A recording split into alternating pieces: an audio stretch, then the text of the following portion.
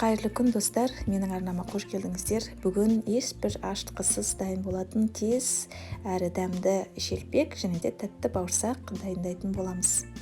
Міндетті түрде видеоны соңына дейін көріңіздер.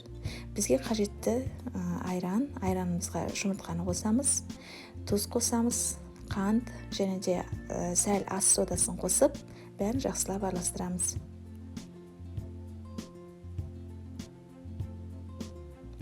Ұнымызды қосып, жұмсақ қамыр илейміз. Бетін 5 минутқа ғана пищевой пленкамен жауып, қойып қоямыз. Арнайы күтудің қажеті жоқ. Майыңызды құйып, қыздырғаннан кейін бірден осылай бөліктерге бөліп жая берсеңіз болады. Кішкене бөлігін шелпек қылып, ал қалғанын бауырсақ қылып жайдым. Қамыр өте жұмсақ болғандықтан оқтаудың да қажеті жоқ. Бірден қолымызбен жайып пісіре береміз. Шелпегіміздің екі жағын қызартып пісіріп аламыз.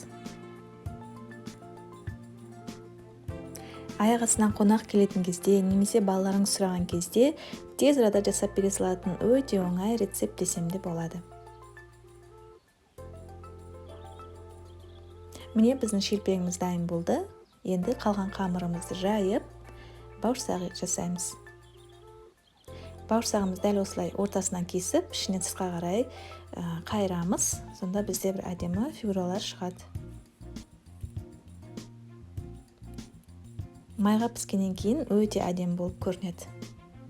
Үстіне қант ұнтағын сепсеңіздер де болады, ол енді өз еріктеріңізде. Міндетті түрде жасап көріңіздер. Рецепт өте оңай, үйіңізде тек айран ғана болса болғаны. Ұнаса лайк басып, пікір қалдырсаңыздар, қолдауларыңызға көп рахмет.